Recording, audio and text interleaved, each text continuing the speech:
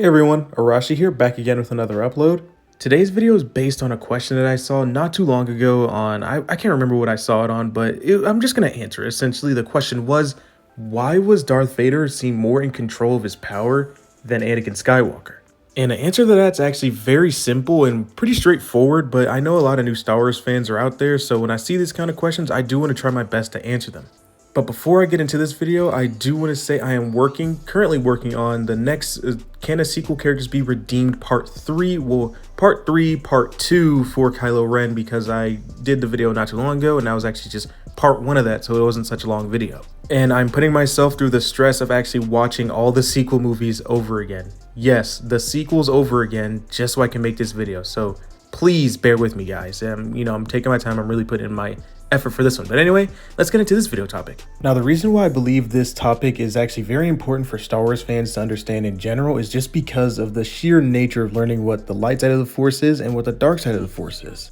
So it's been stated before too that the light side of the Force actually has the most potential and gains you the most power at the end of the day. But the dark side of the Force is a quick way to get to extreme power very fast, and because you're manipulating the Force to work for you and not necessarily working with it, like as opposed to the light side does.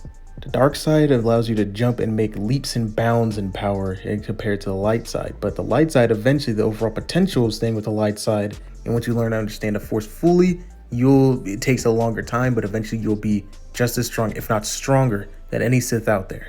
Now, you may be asking yourself, how does this equate to Anakin Skywalker? Well, it actually equates to him a lot, since he has seemingly walked down both paths multiple times in his lifetime. And he's also not the only character to have gone through something like this. I'd actually say Maul, too, has learned a lot from being very brash and very quick and very wanting to strike down his opponents very quickly, to, being very calm and why he lived so much longer.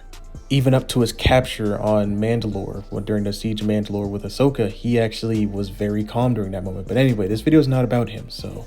Anakin was not very calm, I'd say. He was very brash during the Clone Wars. I mean, at his time, when he was a Jedi General, he often got a lot of his clones killed, but they loved him because he was so unpredictable.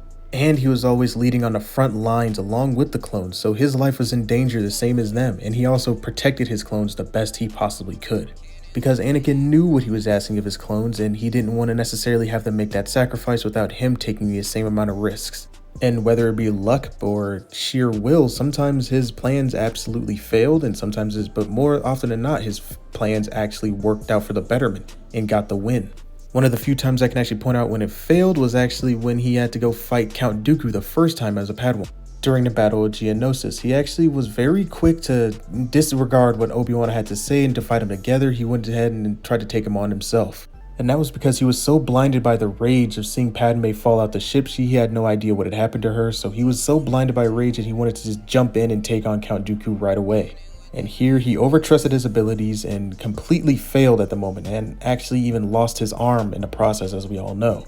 Now, the reason why this happened is because Anakin was completely out of control during this moment. He was not thinking clearly, and he ended up fighting Dooku in a state where he was fighting a guy who was so much more powerful and one of the best duelists the galaxy had ever seen. But Anakin, not being in control of himself, ended up taking the ultimate blow and losing his arm, and also getting his master hurt at the moment. Now, I'm not saying that Obi-Wan and Anakin together would have won at this moment, but it did lead to Obi-Wan being completely out of the fight at this moment and sustaining an injury to his leg. And now the most important part of this entire video is actually the duel on Mustafar the second time. Anakin Skywalker had completely overestimated his own power, although he actually told Obi-Wan not to underestimate his power, which ultimately led to his downfall on Mustafar. Honestly, if he was a little bit calm in that situation, he probably would have bested Obi-Wan, because at this moment it was actually stated that he was getting stronger and stronger by the second because he was tapping in deeper and deeper into the dark side of the Force. So if Anakin would have heeded Obi-Wan's warning and actually went at it with a calm head and not thinking, oh yeah, I'm better than this guy, so I'm just going to go ahead and take him on and take him out, you don't know what would have happened. He actually would have been and reached his full potential as Darth Vader, which actually the Star Wars Episode 3 Revenge of the Sith game way back in 2005, I believe, for the original Xbox. I remember playing it when I was like 5 years old at the time, 4 years old, but that actually had a good explanation of how it possibly would have went down afterwards. I'll probably cover that in a later video myself. Basically, since Darth Vader suffered the ultimate price in which he has to live the rest of his life within a suit and having a breathing apparatus strapped to him and having to be completely turned into almost a full-blown robot, he learned not to completely lose control and be in control of his environment and everything that's around him now. Now, of course, the dark side of the Force still uses hatred, so he has his outburst every now and then, like in the Obi Wan show when he decided to choke Reva. But overall, Darth Vader's demeanor is a little bit more controlled aggression and not necessarily just full-blown anger at all times. He taps into it, obviously, because you have to in order to feel the dark side of the Force, but it's more controlled and more just stronger. He gained the power of self-control is basically what I'm trying to say. And now he's extremely powerful. And although he can't reach his full potential, he is now 80% of what Anakin Skywalker's full potential possibly could have been. But it's still really powerful at the end of the day. And that's why he's also one of the strongest, most calculated villains in all of cinema history. But anyway, that's all I got for this video. Let me know your guys' thoughts and opinions in the comment section down below. What do you guys think about Vader being in more control than over Anakin Skywalker? Anyway, may the Force be with you and have a great rest of your day.